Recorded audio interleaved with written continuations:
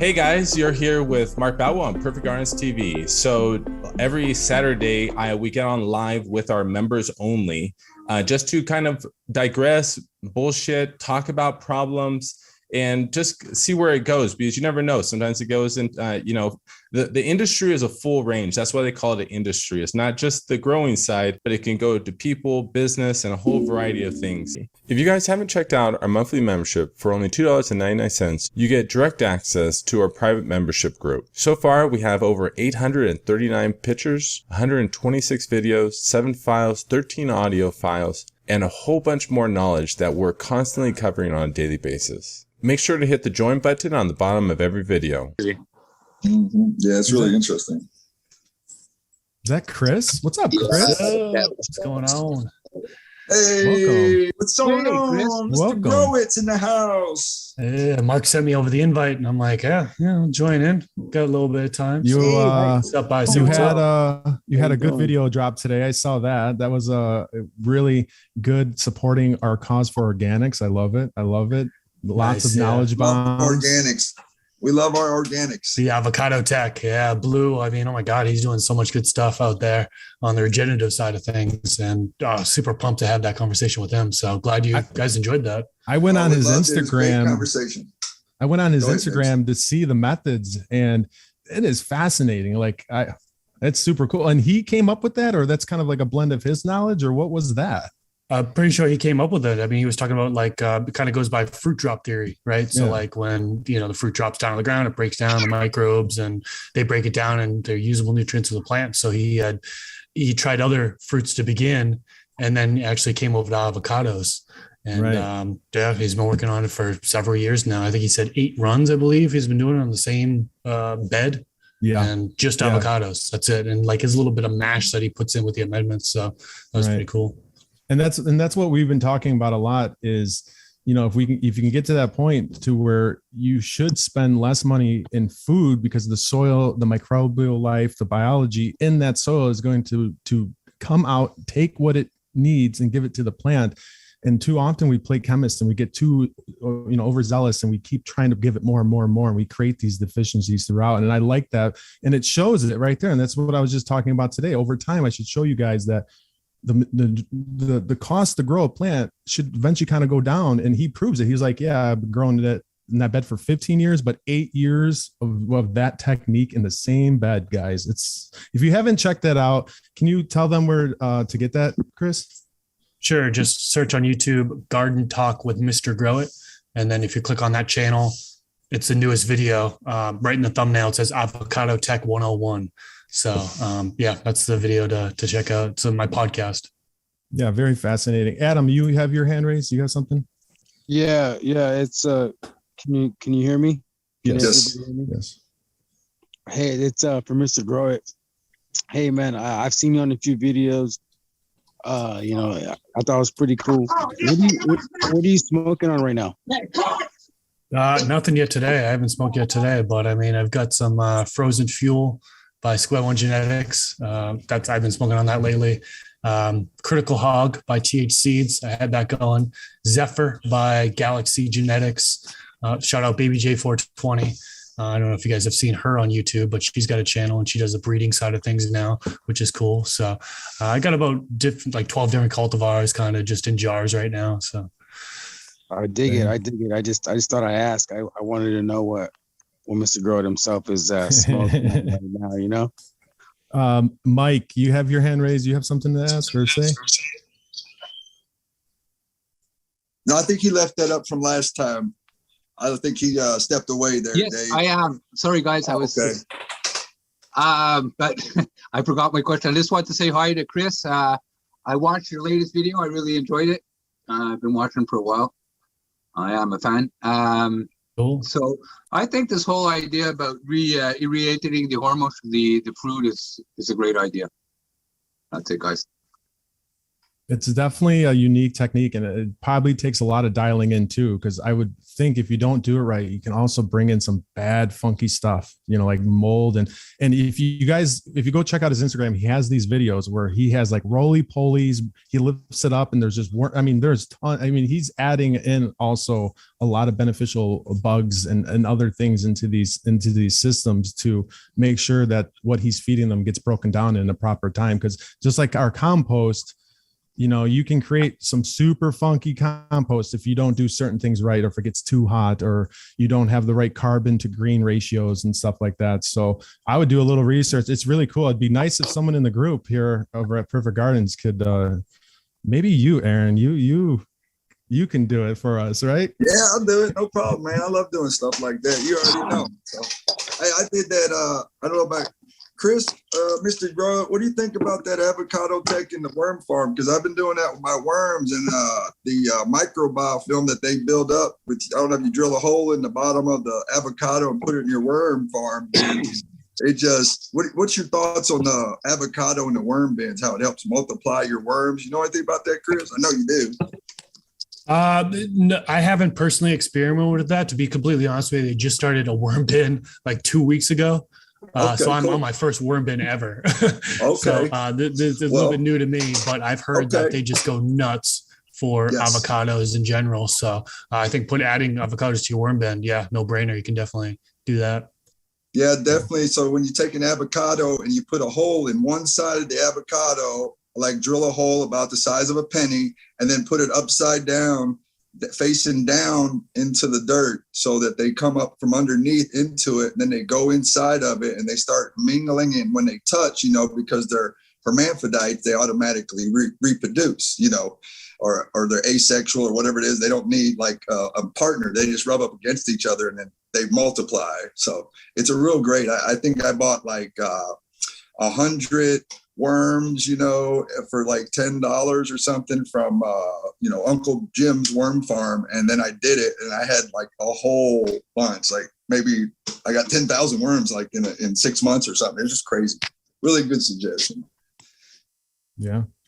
Furthering that diversification. What lights is always a big topic for us, Chris. What are you currently running, and how are the results, or what prior runs? Like, what are you finding? The industry is changing every day.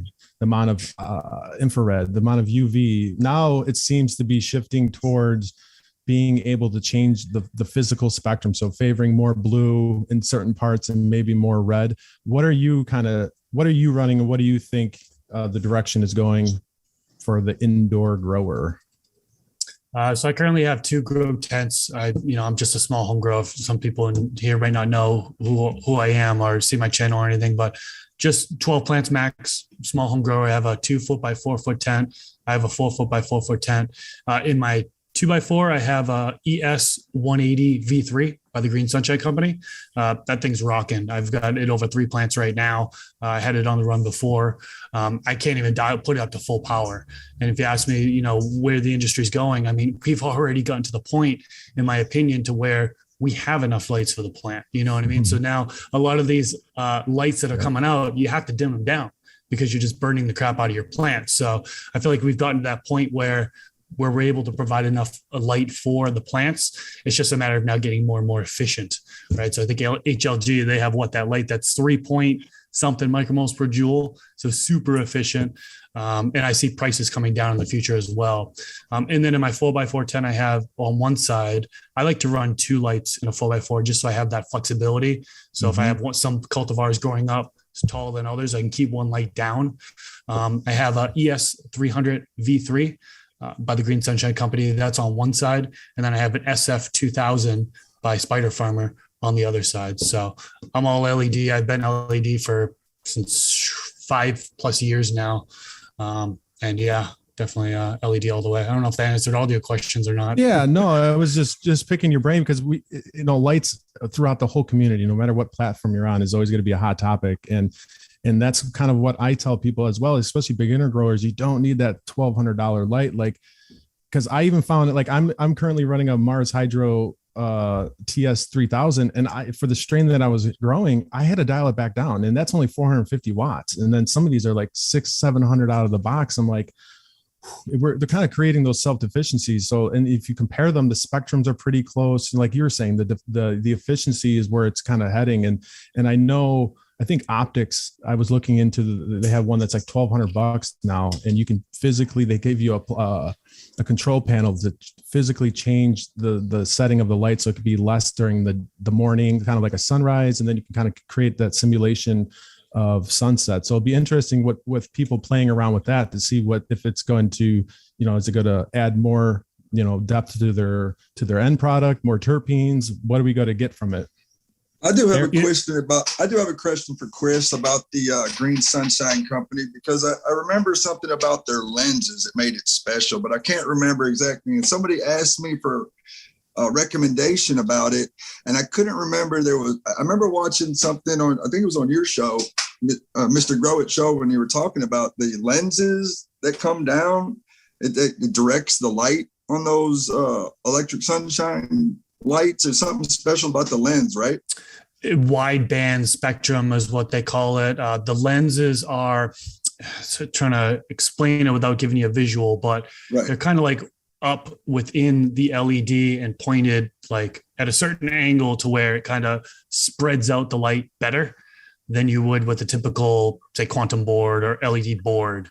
Okay. So it really comes down to like lights, the way they have the diodes positioned for light spread. Okay, that's what it was. Like some direction. I knew it was like it had something to do with the direction of the light, but I couldn't remember the whole thing. So, Okay, cool. Thanks for pointing that out. And Chris, Mark wanted me to say hello. I think he might be driving his daughter somewhere. He's here. I know he's listening, but I don't think, if you can chime in, Mark, you can, but I think you're either driving or out of. Yeah, I'm like 7 minutes away, and I don't want to mess up the audio. But hey, brother, I appreciate you jumping in, man. I'm looking forward to jumping on those other shows with you and do some more content. Appreciate the invite. Yeah. Hey, thanks for inviting me today, man. It was, I just had the chance to come on. I actually have contractors here today, so I don't know how long I'm going to stay, but thanks for the invite. And yeah, I can't wait to have you on my Twitch channel, my new Twitch show, and then From the Stash podcast. So yeah, I love you that. on there as well. That'd be cool. Chris, can you tell us what seed companies you like? Like, we've had a lot of problems with about fake seed companies. So I'm curious who you like, whose seed companies you recommend there, bud? I don't know if you want to know like breeders in particular or seed banks. Both. Okay. So Attitude Seed Bank is a good one where you can do like, I used to do the pick'em mix to where you can actually get like individual seeds by breeder. So you can get like, if you just want to get 5 or 10 seeds, you can get all individual breeders. I like that. I've had good luck with them. A lot of these seed companies, these seed banks, they're not going to accept credit card. So you're going to have to figure out a way around that. Sometimes you can call in and get to pay through credit card. But going directly to the breeder, I mean, Square One Genetics, Ethos Genetics, Mephisto's Genetics, Prism Labs is one of those underrated ones. LABZ is for labs. That is formerly by North Genetics, Chronic 420 Inc., but he spread off and did his own thing. Every single one of his genetics I've grown out so far have been bomb. So just super underrated there. Let's see what else. Zaza Genetics, I'm growing out him for the first time. It's kind of what comes to mind. I mean, MSNL I've used, ILGM. I mean, those are seed banks that I think they have breeders that kind of create their own versions of like, Northern Lights or their own cookies type. So I think a lot of people badmouth them for that. But yeah, I think that kind of answers what you're aiming for there. Yes, sir. Just curious. Jason, have you had any experience with Archive Seed Bank? I haven't, no. Okay. Crop King. Is that what you asked for earlier, Jason? Crop King. I hate Crop King. Yeah. I had a bad experience with them. I had a really bad experience with them. So I can't recommend them at all. They actually scammed me several $1,000s. So how about I talked about that on From the Stash podcast episode. They're no good. Have you ever tried Night Owl Seeds? Sorry. Night Owl Seeds. Have you ever tried Night Owl Seeds? I haven't heard of them, no. It's from Daz from Mephisto. I'll have to look in. I haven't noted. I haven't not aware of them. Yeah, Really he was from the States, and then he was actually working overseas with Mephisto, and then he came back, started his own projects. I think he still works with Mephisto hand in hand. I think they still are sharing genetics and communications, and then he created Night Owl, and I think he's doing a drop on Black Friday with Dark Horse Genetics with the Banner 3 Auto. So that's coming. Yeah. Exciting. Mike. Yeah, I just wanted to touch back on the lighting thing, where we're going in the industry with that. Like Chris, you were saying, and Dave, you were saying the lights are getting so strong now that that's not an issue. You know, we're evolving. Now I think it's the controllers that are going to be the next big thing to play with your light spectrums. I think the controllers and the UVB bars are going to be the next big items in the lighting industry. I'm glad you brought that up because I did actually want to speak on that a little bit more. So spectrum, in regards to spectrum, I don't know how many of you guys follow any of the lighting scientists out there. Dr. Bruce Bugby is one of them. He's somebody who I follow. I'm actually one of his students now. Technically, I'm working underneath him for a cannabis cultivation certificate. But one of the things I learned from him, and he said this in several podcasts, is it's more focused on the density of photons versus the spectrum. Okay. So, if you really want to get down to the spectrum, first thing you probably want to look at it as blue, right? Blue is going to impact the plant morphology and the fact that it's going to have tighter node spacing. So like if you have a high amount of blue, you could have a more short stout plant. That's why back in the day when using HID lighting, MH, HPS, people would run the MH in veg to keep their plant short and stout because at a higher blue spectrum. Then they flipped over to HPS where it's more of a red spectrum, and then that would beef up, bud production. Shane from MyGrow, I actually had a conversation with him pretty recently. He said that basically every single light that he's evaluated, the spectrum has been fine. It's been optimal let me say optimal, but it's been sufficient full spectrum for growing cannabis. So spectrum is kind of one of those things where it's like, in my opinion, back burner. I would look more for the density of photons. What's the efficiency? What's the power output? And also look for light spread. A lot of people are going for a more even light spread across the footprint, right? I mean, there's so many lights. I mean, a lot of these quantum boards where it's so dead focused. So you'll have like 1,000 ppfd dead center, but like the corner of your footprint, you're like 200. It's like, what am I going to put there? A little seedling in the corner, and like, you're going to have a flowering plant. Like you can't have those in the same area, but unless autoflower. But just kind of rambling on a little bit there. No, that's cool. What do you think about autoflowers? Since you mentioned autoflowers, how you like autoflowers, Chris? Because I love them. I've been on the autoflower revolution following Jeff Lowenfels, and every time I mention it, people are like, autoflowers, get out of here. Well, I think there's a misconception that they're easier to grow and they're more recommended for beginners. I would have to just disagree with that, just because like if you do come across a problem within the first 20, 30 days, it could potentially stunt the plant. Now, if you had a photo period, well, then you could just keep that plant in veg and recover and then it not really impact yield. But with autoflowers, you have that stunted growth. It is going to impact yield, in my opinion. I've only really grown about 24 autoflowers or so. I mostly grow with the photos just because I do like to have that control of veg, however long I want to veg it, then flip it over to flower. And then I also like the fact of energy consumption, right? Doing a 12-hour light cycle versus an 18-hour light cycle, you're just saving on energy. So I don't have anything against autoflowers, but I've just been moving more towards the photos in recent years. So, I get it. That's cool. Thanks. I totally agree with the Jeff Lowenfels thing about how there's the future. I mean, just simplicity. I mean, you can find them at, what was he saying? At like your local nursery. He envisions them being there because like they can be on plants. Lights on at all time, like tomato plants. Right. Exactly. Yeah. So Mark, welcome back, sir. How are you? What up, brothers? There's actually two things you said, whether it matters, not trying to add it. I mean, that was all like, whoa, that was phenomenal. And actually, I really enjoy listening to you. Golden nuggets. Yeah. I mean, Chris, it's like you're always interviewing other people. So there's a lot of times you don't get to listen to your perspective. So it's like, okay, now it's nice to hear it. And I think there's two areas that really bring some huge to really allow indoor to still be competitive for a couple more years is the less light that autos need, and then also I think this 18.6 also needs to be adjusted, reevaluated, and checked. It's like you're talking about the photons, and you're talking about spectrum, and for outdoor light, I talk about 15.5 hours of light is what the plants need for twilight. So this is where I'm always going. It's like after 15.5 hours of light, the plants are going to stay in veg.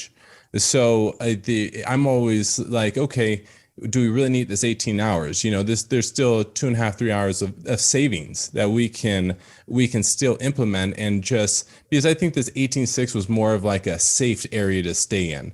But, just so that's my 2 cents in areas where the indoor growers can still tune in on and cut their costs to be more competitive in the indoor market. I totally agree with you. And that, bring DLI into the conversation, right? Daily lighting integral. You do the calculation there, the number of par you're putting per number of hours. You could literally bump up your par to, I don't have the calculator in front of me, but you could do 1200 par, 1400 par PPFD, but lower the amount of hours. Say you're on a flowering cycle, say you're doing 10 hours, you could still get your daily lighting, just increasing the par. So yeah, I definitely agree with you. We need to kind of reevaluate and play with that a little bit more. Can we give 1800 par and do a 9-hour flowering period? That'd be, is that possible? Right. I think we still got some ways to go there. That'd be cool. Yeah. Okay, Dave, I was just go ahead. Sorry. Living in Alaska, you see the plants grow very uniquely because of the extended daytimes and the quick flowering times with the light cutting off. That's all I wanted to just say in that. I think there's a lot of interesting perspectives to light still that we haven't really encompassed. Dave, go and take over.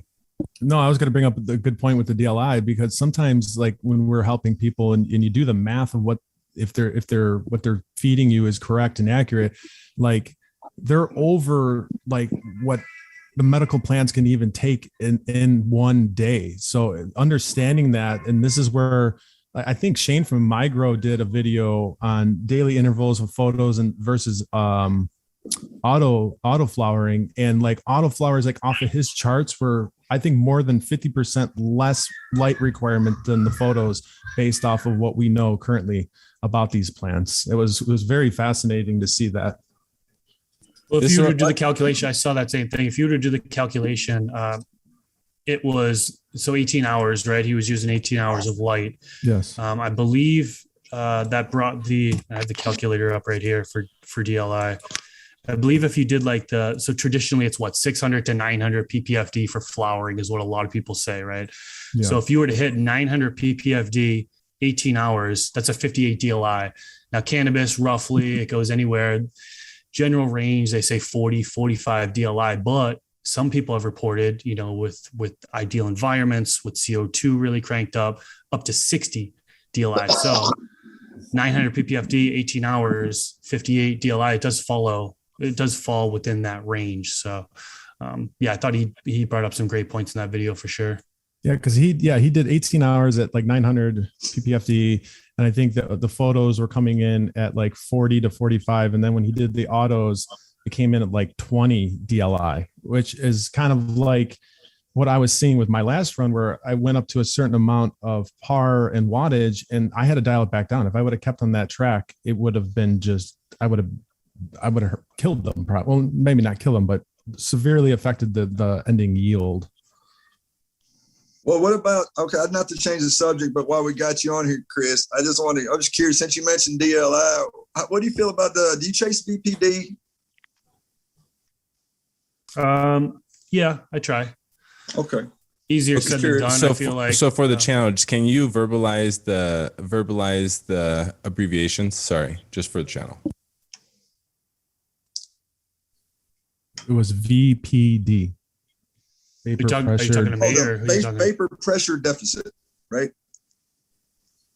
A vapor pressure deficit, yeah. So basically, for a temperature that you're running, there's a chart you could follow. You look over and what's the ideal humidity for that range? It's I'm so bad explaining this, but it's basically the stomata opening on the leaves to be able to intake the CO2 and release the oxygen at the ideal transpiration rate.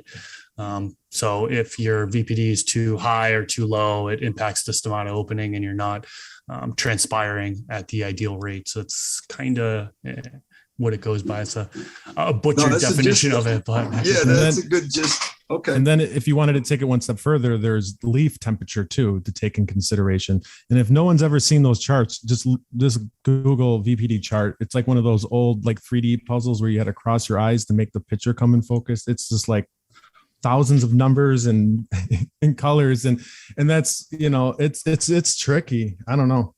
And not to change the question, not to change the subject again, Chris, but while we got you here, what do you think about the Brix levels? Do you monitor Brix levels, or, you know, have they been doing some studies about the Brix levels? One thing I just want to point out real fast, because I think before we go into the Brix is just pay attention to the leaves, guys. I think there's always a lot of science behind everything we do. And being the military paramedic, they'd always say like the patient doesn't read the books, or, you know, you use the tools, but also, you know, be aware of what's happening with your own hands. You get what I'm saying? Like, just don't focus on the technology. Same thing with the science. Like, I love talking about science. My brain can go into these holes, but at the end of the day, you know, pay attention to the leaves. The leaves are going to tell you a lot of stuff. If it's light intensity, heat, whatever's going on, drooping, all these other things. Being hypersensitive to what's going on in the plants will make you really value the education of everything we're discussing. So guys, please keep going. So just about the Brix, I was just curious because I know watching Mr. Grow It for a long time, he's helped me out a long time when I was starting out. I learned about it. I know you used molasses when you were starting out, but after you've learned all this stuff over the years, do you still use molasses in your grows? And do you find it a good beneficial source for bacteria in the soil? I've been moving more towards recharge, and recharge has molasses in it. So it has a sugar source in it. My belief is, molasses is beneficial for the microbes down in the soil. I also believe that a diversity in your sugars is a good thing as well. So not just loading molasses up throughout your entire grow, but maybe look at some of the other sugar sources, right? So yeah, I haven't really used molasses in the past couple grows just because I've been using recharge and it has molasses in it. So cool. Okay, thanks. But one other thing I will say about molasses is that I prefer to use it only towards flowering. Every time I've used molasses throughout the entire grow, it's like they look so happy and perky at first, like when you're feeding them in veg, and it's just they're so praying, and then like that just dies down like throughout flowering. Or if I just feed them flowering, they're like perky up. I just feel like after a while throughout the grow, and this is just anecdotal, you know what I mean? There's no science behind it. I just got a feeling it's not beneficial running throughout the entire grow, in my opinion, just by looking at the leaves, you know? So did you get a chance had you received the minerals yet? The drops of balance minerals yet? Yep. Didn't use it. Wanted to talk to you, have a conversation with you about it actually. Yeah. So just real quick, just throwing this out there. The sugars, like we kind of discussed this a number of times about microbes eating sugars, and we just discussed that really what goes back through the root system, they call it exudates, but it's not. I don't want to call it root system. I hate being technical around this, or sugar, but the sugar has been modified, right? And it keeps getting modified. So what's being communicated from the plant back out to the sugar system, I like to call them more amino acids and peptides at some level. I don't, I'm still trying to distinguish like the language, because again, I'm not an agronomist. There's no like right or wrong on this. I just, my point to this around the molasses is that I think what really is what brings the benefit around the molasses is the trace minerals that are in the molasses. And I think they're trace minerals that aren't as available. And I think it's really, why are the trace minerals in there is because of the sticky substance, right? They haven't been able to be washed out or processed out of the processing of your nutrients or whatever. I mean, like when they're making these things. So I think that's specifically why the molasses is so beneficial at different times, is the trace minerals.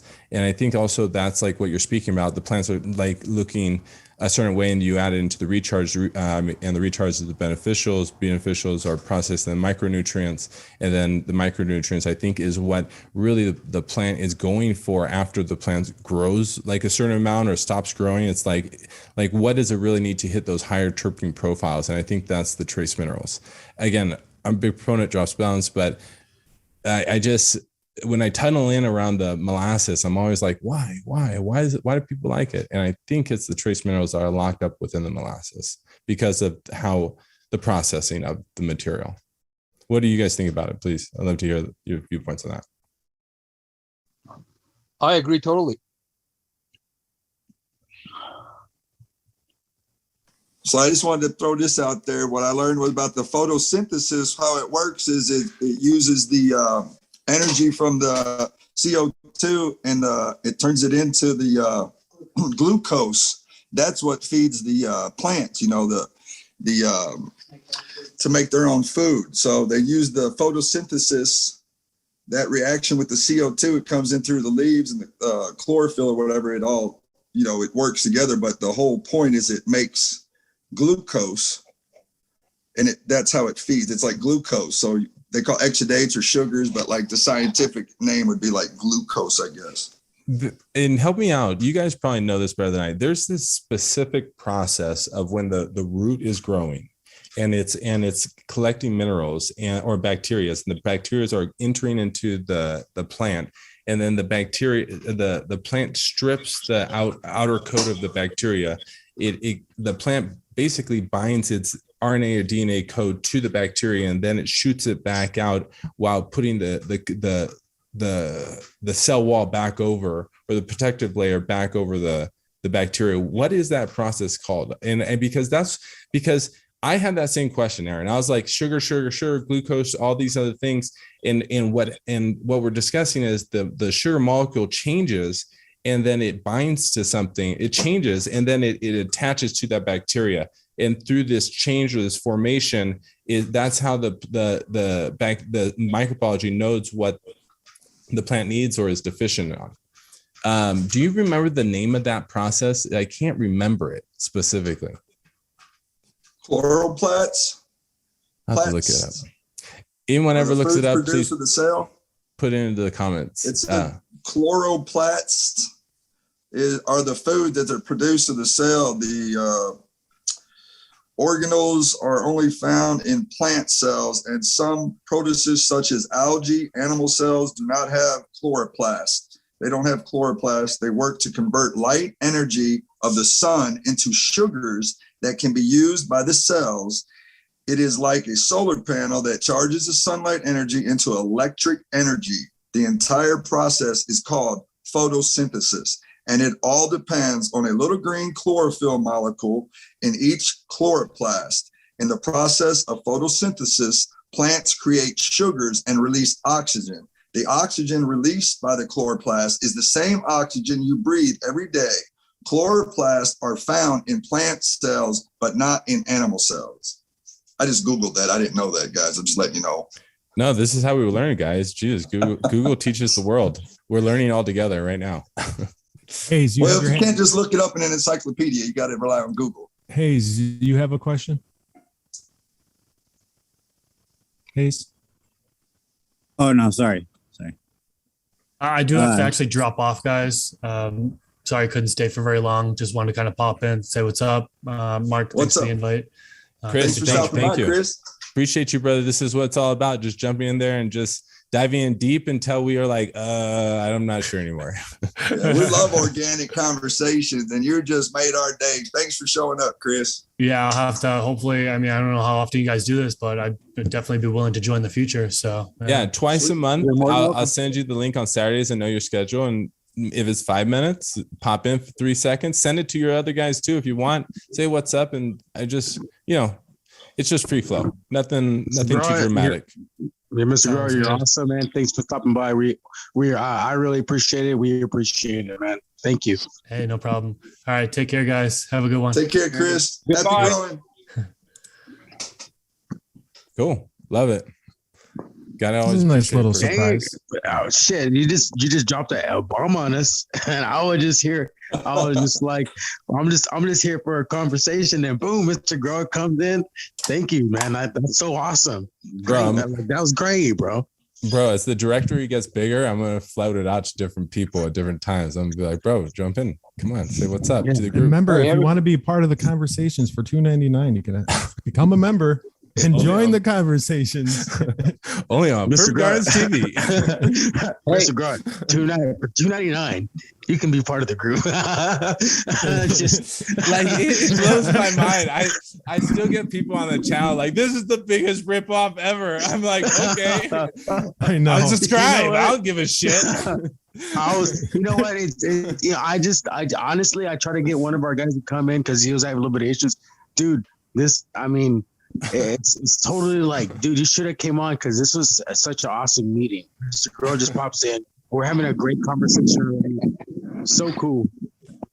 I just wanted to touch base on that ATP. When he dropped in, I was like, I fucking knew it. I was just like, all right, dang hey, it. so I'm sorry, go ahead. hey, no, so I just Hey, wanted Aaron. to touch on that ATP. Aaron, did you question. raise your hand, sir? Yeah, what was the ATP? Was it the ATP question? Mark? Yeah, I'm looking it up. I'm looking up. It's I got it very. right here. What is it? Mark, I got it right here. It's plants use water, carbon dioxide, and sunlight. Carbon dioxide. Hold on, sorry. Let me put my glasses on. I gotta read. I'm getting old. All right. So plants use water, carbon dioxide, and sunlight to make sugar and oxygen. They are son of a bitch. Sorry, guys. All right. Plants use water, dioxide, and sunlight to make sugar and oxygen. They are organic. Hold on. Sorry. They are organelles that act like a digestive system, which takes in nutrients, breaks them down, and creates energy-rich molecules for the cell. In cellular respiration, sugar, with the help of oxygen, is broken down into ATP energy molecules. What is that process called? And it's a very specific name. And this is something like I've been talking about for years, like diving in deep. And then there's this one dude that talked about it, that Dave sent it to me like a month or two ago. And I was like, oh my God, there's a name for this shit. And so I can't remember the name, but it was the connecting information I've been searching for 5-6 years now. Because I'm always wondering, like when do like, and I talked about on the Grow It, right? Where the Chris's show, where it's like, I love it when the thought process where ether becomes reality. Like when does that happen, right? And you have gas, right? You have all these amino acids, nitrogen in the air, and it comes down and it binds to these other things, but it binds really through the process of the microbiology changing into something else. And then through this process, it starts to build up these little, at some point, there's like these different combinations, amino acids. They're just amino acids, these little cellular things. And then after you build up a couple of them, they become peptides, right? And then these peptides become proteins. So then it goes from an acid to a physical reality in your hand. And that's where I'm always trying to search deeper into where like, because it's not just sugar. It is the sugar changes, like, and he did a really good job of explaining it. And I was like, we've got to have this guy on the channel. We will. It's like he did such a great job of explaining where the sugar molecules keep adjusting and changing in the plant based upon what the micronutrients is needed. And then it attaches to the bacteria after it strips the root. And he had a name specifically for what that process is called. And I definitely want to bring it more to the surface, because it's one of those things that's I've never heard it. It's something I've been searching for. And it was an answer that finally created an aha moment for myself. And I just don't know the name. So that's cool. Yeah. I love those aha moments. And it all comes together and you realize it's like it's a revelation. Yeah, exactly. Yeah. Good stuff. Good stuff. Any more questions out there? I thought Jason had a question about compost before we started talking. Jason, you still out there? I think he's gone. Okay. No, I'm here. I'm listening to you guys. No, not really. I'm just waiting on my worm castings to get it put together. They should be coming in on Thursday. My original question was about the biochar. From what I take, it seems like the protocol right now is about a minimum 24 hours treated with the drop to balance. That's right. Yeah, Okay. so that's really it. So I'm just waiting. I'm getting some different seeds. I ordered some seeds from the Midwest, the one that was recommended from Dark Horse Elements. So Dark Horse Genetics. Yeah, they're good. Dark Horse Genetics. Yeah. Yeah. Good deal. So I'm just like prepping everything. I'm ready to go. Cool.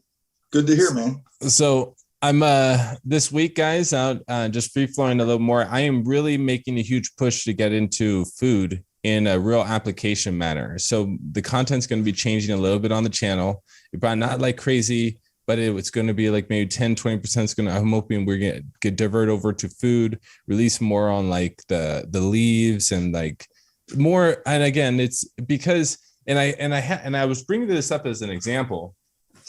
And I finally did it. Like I'm a single father, basically. Like I still say she's my wife, and she basically still is my wife because I pay the fucking bills. But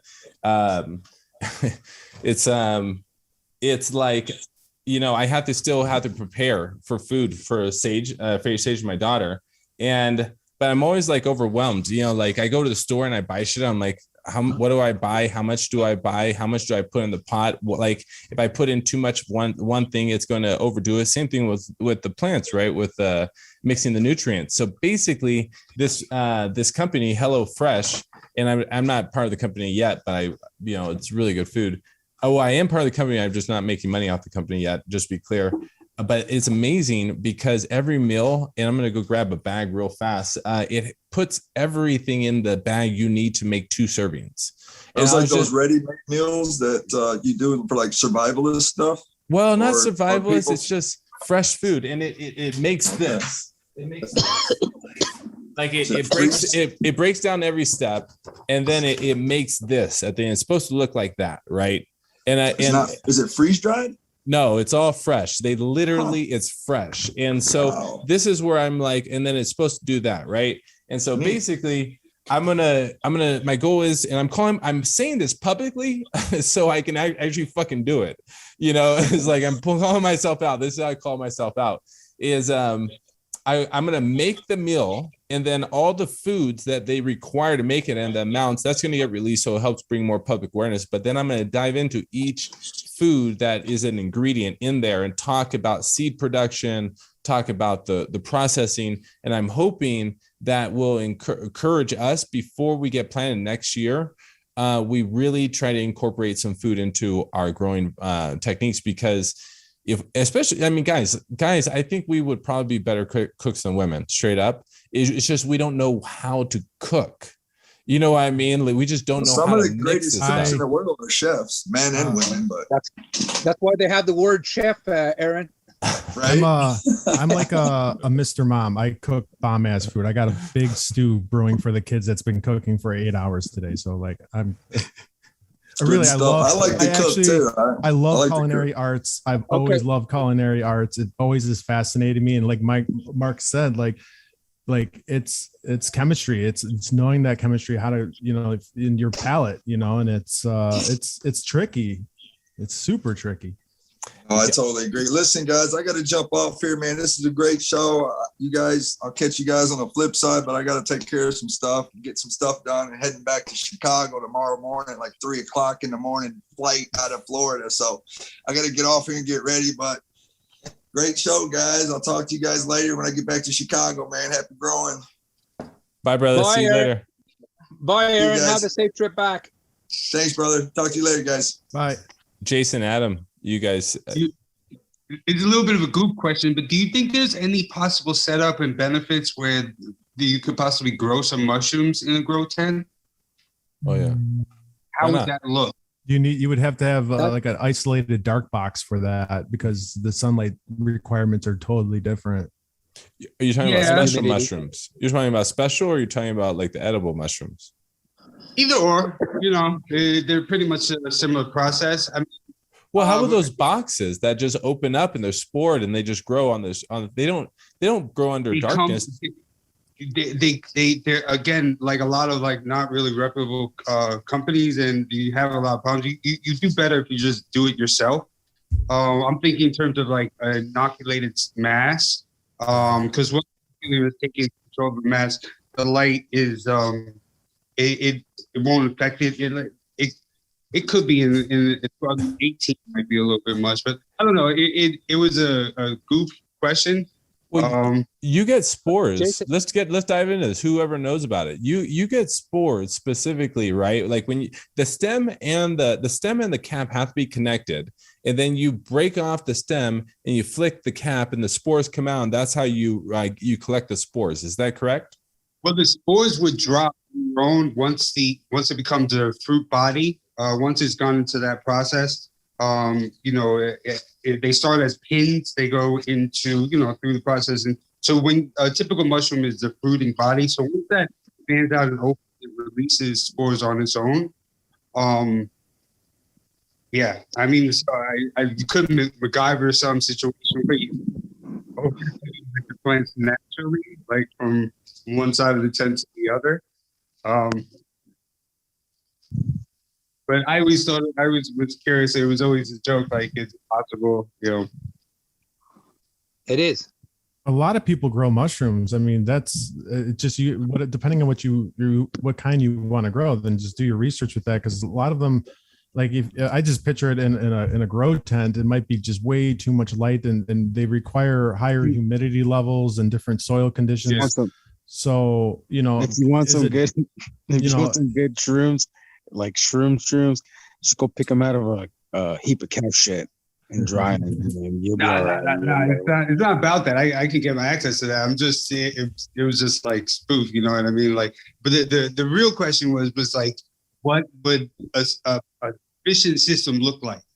You know what I mean? So if it's possible, how would that look? Honestly, I looked into growing my own mushrooms because I actually like to cook, and I've been a good cook since I was young. I've always liked to cook. So like I looked into they have this wood that they inoculate with the fungus, and you could put on your windowsill at a certain temp and it'll sprout mushrooms over time, like shiitakes and things like that. I was going to buy some. They're actually out of San Francisco, I believe. And what they do is they inoculate it with the fungus, and then they put beeswax over it. And I think you spray it real quick or something like that, and it'll slowly produce mushrooms that you can consume. I was looking at those because I wanted to put it in, spaghetti looking to make, but I didn't do it. But I did look into it. Some of them are pricey, but it's all about what you're willing to spend and what kind of mushrooms you want. Yeah. Yeah. All right, guys, my kids are hungry. I'm going to go serve them some stew. Do you want to send me back over the host thing? And then also, guys, do you guys want to keep going? You guys want to wrap it up? I just want to add one. Sure. Go ahead. Okay, Jason, I have a company that reached out for me for a promo. It's a mushroom company. Me and Mark were approached, and I have all the information. These guys have the starter kit and the spores and the whole thing. So if you want to indulge with that, I'll send you out the information, and if they send me out a kit, I'll send it out to you. And thank you. I mean, no, I've done, that's what my background is, and you know what I mean. Okay. It was just a joke question. It was really just a spoof. You know what I mean? So, Jason, you actually are like an expert at this stuff. I wouldn't say an expert, an amateur. I dived into it, like interested in the science, and then this stuff that with you guys, I got kind of put on to. I mean, I've smoked my entire life, but so whenever you talk to science, I always like see if there's any correlations, because it is all part of the process. This is step 4 and 5 of the nutrient, the nitrogen process, right? Later, guys. I gotta take off. Yep. Take it easy. Bye, brother. See you later. Thanks for joining in, guys. Take care. Be safe. Be safe. Yep. Mushrooms are like people. The Chinese did a study. They compared. They put a fungus and then they put a bunch of oats, spread it out, like similar to destinations like of the train stations they have. And I guess where they were, the engineers designed it so they get there the fastest, and the fungus did too. Very similar to how humans did it. So there's an argument there that the fungus are pretty, like, I'm not saying they have a soul, but they're pretty fucking smart too. Jason, you got to teach us more about it, man. You know, like I know how to grow one plant. No, I know how to grow a few more, but it's like I want to learn. That's why I want to get into the tomatoes and encourage people to get into food production and other stuff, and just, you know, maxing out your whole grow, basically. I do grow tomatoes, by the way. I wanted to throw that out there. I was raised my hand earlier because I was going to say I do grow tomatoes, and I'm going to grow some peppers. I'm going to give me a little salsa garden going this year. Nice. But the reason why I started was because I grew a good tomato. And then I read in a book, they said, if you can grow a decent tomato, you can grow some killer weeds. So I'm like, okay. You know what? That's how I started. Well, isn't that the old joke, right? If anyone asks you, like, what you grow in your apartment, I'm growing some tomatoes. That's the truth. That's the truth. Because I had people, man, my tomatoes, man, I had people put them in salsas. I had people put them in their chili beans, and they come at me like, man, those are good. Let's get into some canning, man. Do you want to let's do you know how to do canning? You know what? I don't, but I want to look. That's something that I want to do because I had some green tomatoes. I had composted it all already, but I had a good yield of tomatoes, and it was a cool barter. It was a cool barter system within the community because they'd give me stuff and I give them tomatoes, and maybe that could be the next video we do together. It's some canning. Yeah, man. Yeah, that'd be cool. But I had to grow some tomatoes, and it would be really good. And also I thought the Hello Fresh, I think you said, or the one that you're making, I heard good things about that. The fresh, the food. I can send you a link. I can send you a link for like some free meals and stuff. I'm just exploring it. I'm not making any money off the company yet. I will call them up, but Hello Fresh. I heard about them. It's pretty good. I heard about them, dude. So no, for real. That'd be kind of cool. I'll look into that with you. But yeah, I've grown tomatoes, and I'm gonna do a salsa garden this next year. Actually, I gotta turn some dirt, I think, especially just for that garden. Because I noticed that tomatoes and all that, they do good with just regular soil, like just soil that I don't know how to explain. It's like I don't know, like, because when I turn the soil for my tomatoes, I found like bones and shit for my gophers. You know what I mean? And shit like that. Calcium, right? Long-term calcium for your soil. Exactly. And I left it in there. I just turned it. I was just like, oh shit, because it has the things it needs already. It has decaying matter and shit like that. So I try to kind of leave it alone. But I think I might turn another part of the area where I live. I'm gonna turn it. I might turn it here pretty soon. Maybe I'll like videotape it and stuff like that. But I'll turn it, and then I might just make it just for a grow or just for a salsa garden, because I already have a spot that I already turned and everything. It's already amending, but I might want to do another one just for a specific vegetable or vegetables. You know what I mean? That's cool. Yeah, Mike, do you have anything to say? And guys, you have any more questions? Don't want to take up too much of your time today, but I just want to be available to answer questions like we promised. No, I'm unmute your phone, Mike. Yeah, sorry, I was talking there to myself. Hey, just to get back with the premise where the channel's going with the growing thing. I want to expand my horizons too. So what I was thinking to doing next spring to start off my season, I'm going to be doing a big outdoor grow, 6,000 plants. And I'm also going to be doing 2 greenhouses, one with cannabis in it and one with the tomatoes. And I'm going to be feeding them exactly the same thing, treating them exactly the same way, and starting them off at the same time in the greenhouse. And that's how I'm going to tie in the food to the weed. Guys, Adam said something. Mike said something. I said I'm going to do something. Jason, what are you and Hayes and Full Send? I'm asking you for small commitments. Like, what are we going to do a little bit moving forward to take some more action to feed our family and feed ourselves more healthy? Do you say mushrooms? You're going to try to do mushrooms in your tent? That counts, Jason. Hayes. That could be actually pretty interesting there, Jason. No, I was that one for sure. No, that's not necessarily my goal. Wow, that was a pretty deep question. I don't know. I really have to think about that. Wow. But Jason, is you do decide to do this mushroom thing, and you need somebody to come over and do some quality control with you? You know, I'm there. Me too. I'm there. Yes. We have a whole weekend of quality control. Yeah. I mean, I love that stuff. But I think, to answer your question, a little bit of what I'm doing here, this process is kind of giving a little back to my family, in its own way, because me and my wife, we partake, and it's such a financial burden. You know what I mean? I do smoke heavily, so it's going to help financially in that aspect, and just give me a little more ownership to like something that I've been around my entire life. Since I've been like 15. It's something.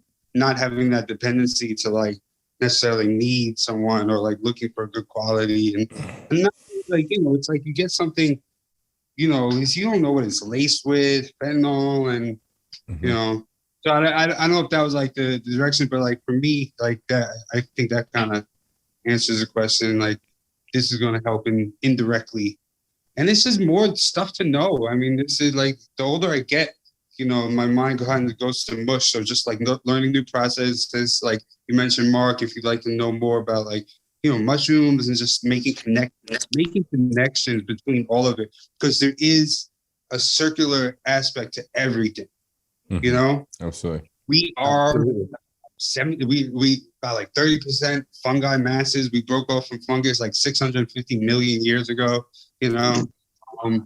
we have connections to Mother Earth, so learn more about them, I look at us as little cilia living on the surface of the earth.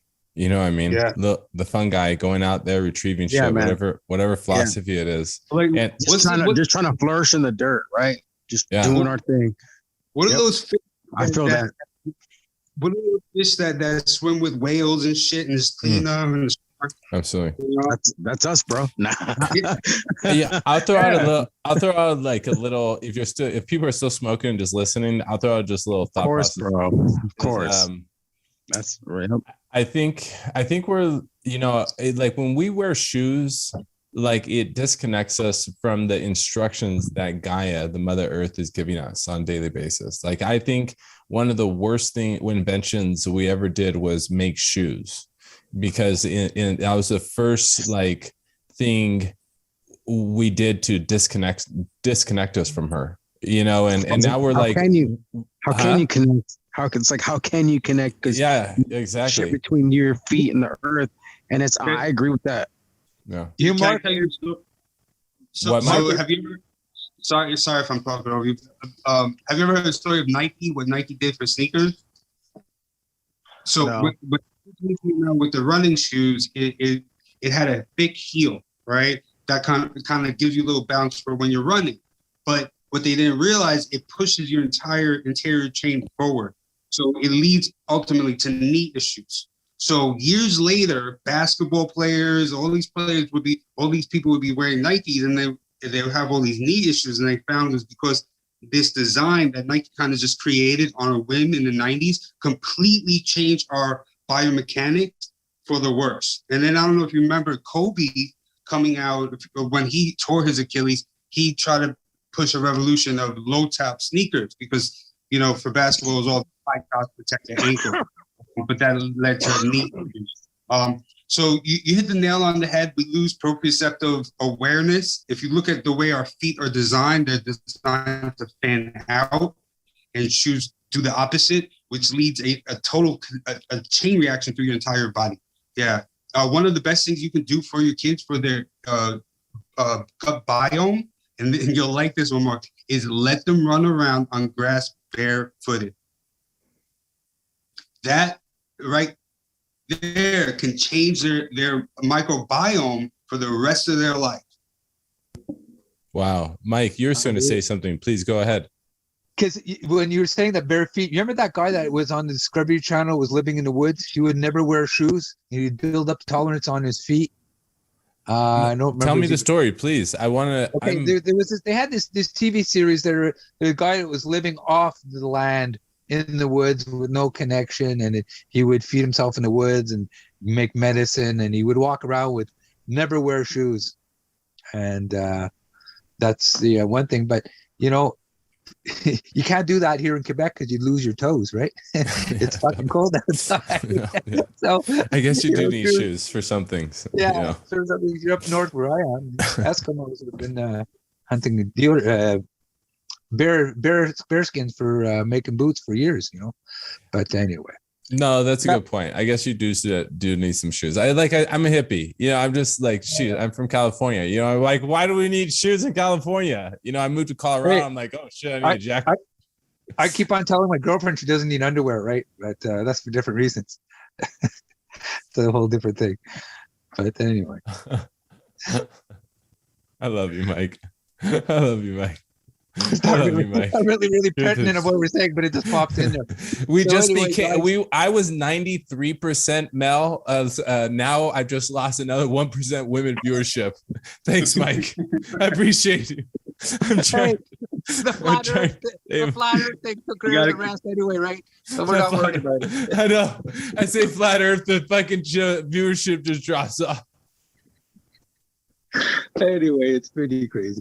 No, but it's important. So basically, I'm going to be looking at things I didn't, we had that little meeting the other day and I was thinking it over about the food thing. And I'm going to show people that what we're learning in the marijuana industry, we can actually use for growing our food. And especially on the premise is that the shit hits the fan. You're not going to be able to find a bottle of nutrients. You're not going to be able to find a lot of shit. You're not going to be able to find toilet paper. So you better know how to grow organic and how to grow food, because you're going to be smoking a lot, you're going to need something to eat, right? So, bro, you look a little chubbier around your cheeks. You've been gaining some weight or what?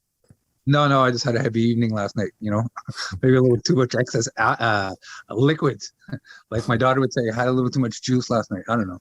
Oh, okay. But anyway, that's it, guys. But that was a good thing. That was for Mike. I'm always checking on his health, so I just want to. That was a benefit. If I say you're. But I am putting on weight, though. That's good. The drop and balance is working. So we'll see. For the ones that don't know and don't follow it, I'm fighting pancreatic cancer right now. So. Sorry to hear it. Yeah, well, it's the way it is, right? Nothing can do with it. But I'm lucky I caught it early and I'm taking care of myself, so it's going to be okay. So anyway, guys, I'm going to let you go on that one. It was a great call, and everybody's been really good on the mics, because you're all biting at the bit to jump in, and it takes a lot of discipline not to do it. So I appreciate it for everybody. So you guys have a good evening, and I'll be catching you on the next one. You too, brother. Hayes, thank you, Mike. Appreciate you. Hayes, Full Sun, will you guys just a little commitment? What are you guys going to do this year, in the next year, 6 months? For food, the betterment of your life, not just around this plant, but other plants. We actually bought a farm, a 45-acre farm last year about the end of the year. And I'm not a farmer. It's actually pretty rain, but we tried a garden this year. It's the soil is more sand than anything. So I'm actually going to have to build a soil for my outdoor grow. I'm going to have to do raised gardens, something in that line. But we want to do tomatoes, cucumbers, watermelon, pumpkins. The kids, they love pumpkins. We're going to do pumpkins again. Just stuff we can use around the house. Corn, anything that we can save from going to the store to get, we're going to try to grow as much as we can. And being that the property's as rough as what it is, I've been looking into fruit trees. They'll grow anywhere. I can put them on a hillside. They're going to grow. So we've been looking in. I'd rather buy bulk, because it seems like going to your local farm and fleet, a tree is going to cost me $100 and some, some more. Mm-hmm. So I'm actually looking to try to if I can, just go dig my own, find apple trees to dig, find small ones growing, start my own. But that's one of the things we're looking into, is just whatever we can grow here in the space we have, we're going to try. Okay, I'm going to check in with you, Matt. And if you ever have any questions around that stuff, I would love to learn and participate around that process, just around learning, educating, and sharing anything. I appreciate it, brother. Hayes, what are you going to do, brother? You don't have to do anything. Just asking, wing group, wingmen group, wing grower group. Check in before we check out tonight. You still there, brother? Oh yeah, sorry, I've been having weird audio problems. It's like really low. We've actually been doing those meal to doors that you're doing. It's called Dinnerly. Yeah, I'm gonna check it out. Pretty cool. Sometimes you can pick, sometimes, or you can have them curate it for you. They'll just send you different meals, and it's just like what you have right there. Like with those cards, they give you everything for it, and then maybe you may need like one or two things like milk and butter and stuff like that. Mm-hmm. But just stuff that you've already had at the home. But yeah, it's pretty cool. It gives you almost like a 3-course meal that you're able to make, and it gives you like 3 or 4 meals you get to choose. So absolutely, as get you learning.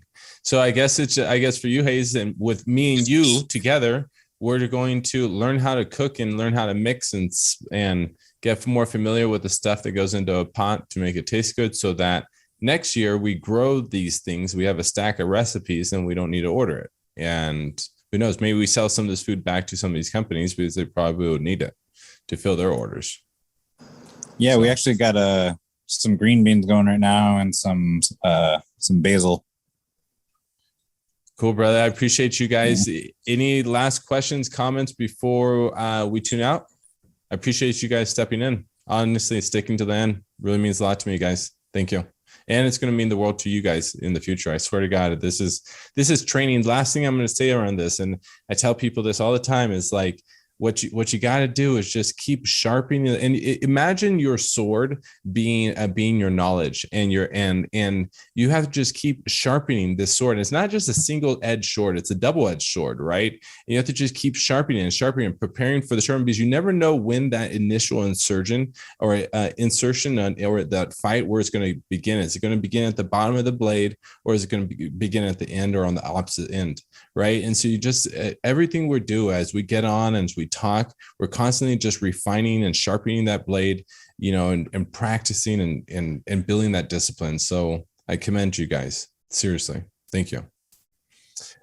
Only on Perfect Gardens TV. Guys, you guys want to say goodbye? Thanks. See ya. Just thank you, Mark. It's been a pleasure, man. Phenomenal. Thanks, everyone. Appreciate everything. Peace. Hayes, see you later, brother. Adam. Yeah, sorry I couldn't talk more. I've been jumping back and forth with my kids and stuff. So no problem. I appreciate you just being there, brother. Thank you so much, guys. Thank you. We'll talk to you later. Full Send Farms. Appreciate you, brother. I'm in the info. Hey, have a good one. See you later. Bye.